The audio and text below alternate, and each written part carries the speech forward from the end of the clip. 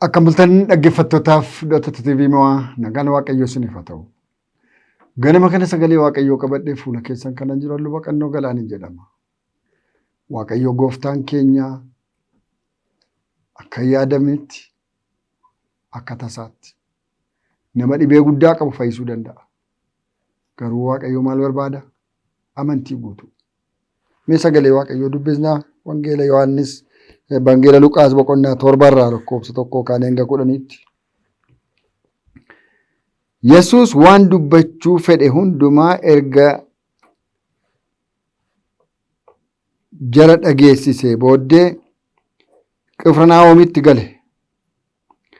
Naa'oon hangafa 100 kan inni baay'ee mararfatu duraa dhukkubsatee du'atti dhiyaatee ture. Hangafichi waa'ee Yesuus dhaga'ee in dhufe.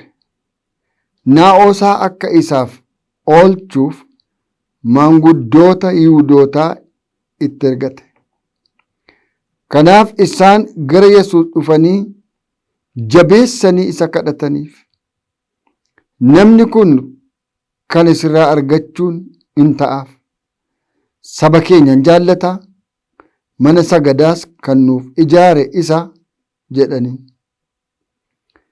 Yeroo sanatti Yesuus ka'ee maanguddoota sanaa wajjin adeemee hangafichi garuu Yesuus mana isaatti yommuu dhiyaate dhaamsa akka itti himaniif firoota isaa itti erge. Yaa gooftaa, of hin dhama'iin, ati bantii mana koo jala lixuun anaaf hin ta'u. Kanaafis ani ofii koo si bira dhufuun akka anaaf ta'utti of hin lakkoofne. Achuma dubbii tokkicha duwwaa dubbadhu, naa'oon koo sin fayya. Anis immoo ofirraa nama na abboomu qaba. Of jalaas loltuu qaba. Isa tokkoon dhaqi yoon jedhe in dhaqa. Isa kaaniinis kottu yoon jedhe in dhufa. Naa'oo kootiin kana raawwadhu yoon jedhe in raawwata jedhe.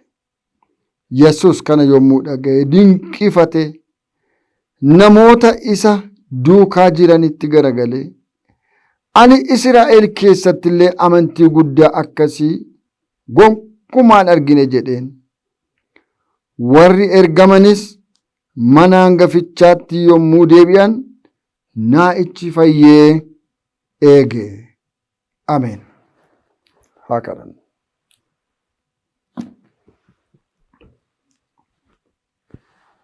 Gooftaa dinqii hojjettu, gooftaa battalumatti amma libsuu ijaatti dhibee nama jeesuudhaaf jedhu nama keessaa baaftu, Waaqayyoo dinqii raawwattu, galanni siif haa ta'u. Ganama kana gara keenya kottu. Dhukkuba nama ajjeesuudhaaf nama qabe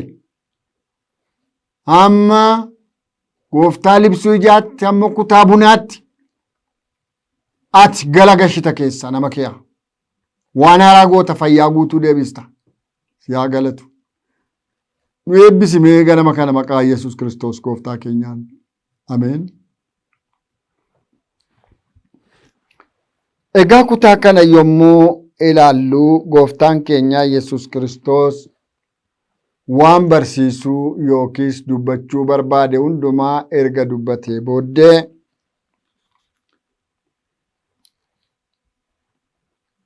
Qifirnaahom iddoo jedhamutti gale. Hojii hojjechaa oolee akkuma nuyi lafa hojjechaa oollee gara mana keenyaatti yookiin gara safara keenyaatti gallu hin galennis. Yoona kanatti ajajaan dhibbaa yookiis hangafa dhibbaa kan ta'e matolaqaa isaa Amaariffaan jennu. Ergamaa inni baay'ee jaallatu, hojjetaa inni ergatu baay'ee jaallatu jalaa dhibamee hanga du'aatti dhukkubsate.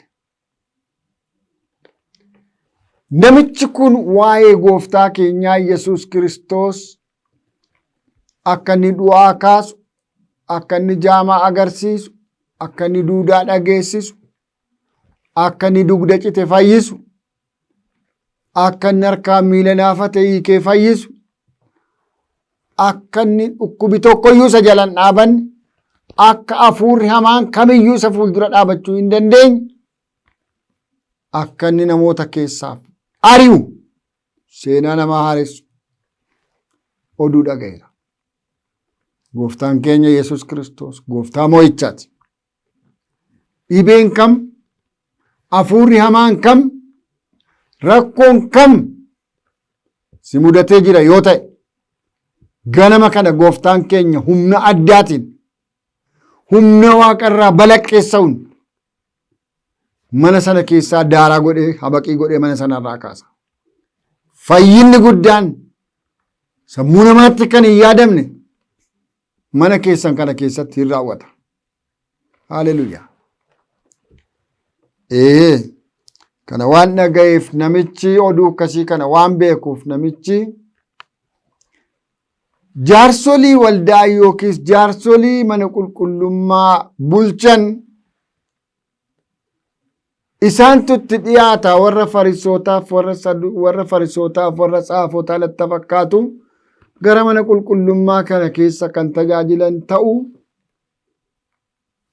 itti naayimaa jedhe. Sanyuma sammaa warra tajaajila guddaa qabanii kutaa biyyaas biyya keessas jiranii itti nuu himaa, iddoo nuu qabaa, fuuldura nuu qabaa yookiis itti nuu himaa dhibee keenya jennee akkuma walii bilbillu itti naayimaa jedhe. Itti naayimaa yoona kanatti jarroo silayyuu namichi uleetaa qaba. Gooftaa namichi kun tajaajila kana argachuu qaba. Maali dirqamni isaa? Nu jaallata tokko. Lammaffaan immoo mana sagadaa nu ijaara horii isaatiin, humna isaatiin, dandeettii isaatiin mana sagadaa nu ijaara. Namni qajeelaan akkasii kun tajaajila argachuu qabaa jedha. Egaa akkuma beekanitti kadhatu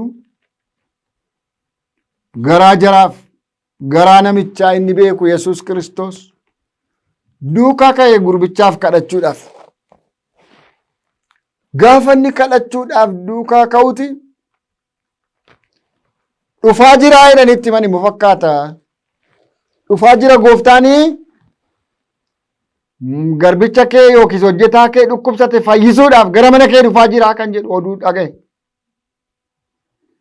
Ohoo jedhee matolaqichi na'ee yaa gooftaa gara mana koo dhufuun siif hin ta'u tokko, anillee si bira dhufuun naaf hin ta'u. Akkam gadoof qabaa namichi kun, matolaqaadha. Akka nama miliitarii tokkootti ol of hin qabne. Mana koo dhufuun siif hin ta'u. Ati mootii guddaadha. Ati waaqa qulqulluudha. Ati masicha waaqarraa ergamedha. Mana ana nama cubbamaa akkamitti dhufta? Ani namni cubbamaan immoo akkamittiin fuula kee bira dhufuu danda'a? Lafa dhaabattu dhaabadhu, sagalee kee ergi. Sababiinsa ani ajajaa yookiis alaqaa qaba. Ufii koofis immoo alaqaa ta'ee namootan ajaju qaba. Alaqaan koo yoo na ajaje nan dhaqa. Yoo nan ajaje immoo hin dhaqu. Kanaaf iyyuu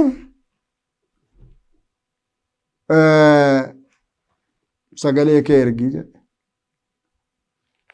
Sagalee kee ergi. Sagalee kee ergi mucaan koon fayyaa jedhe. Maali wanti dinqiin akkasii jedhe Yesus? Attam?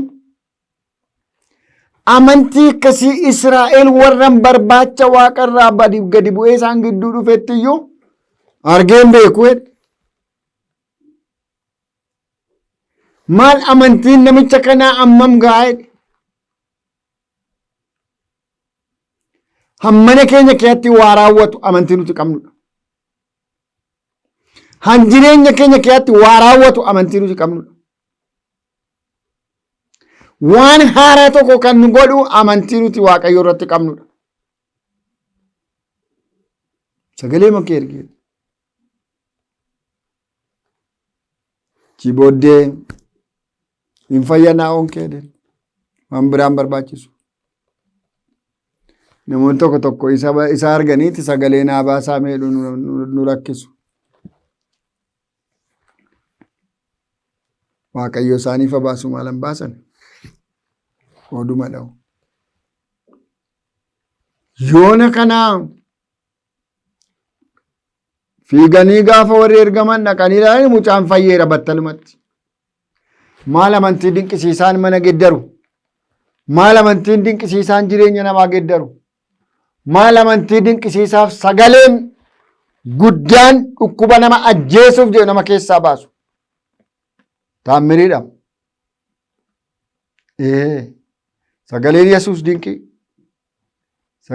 Amantiin namichaa dinqii. Walitti dabalamee mucaa du'uudhaaf jedhu du'aa kaase. Yoo amante Waaqayyo irratti tirees yoo goote Waaqayyo irratti yoo hirkatte Waaqayyo sagalee tokko gara keetti yoo erge mana keetti waan haaraatu ta'a ganama kana.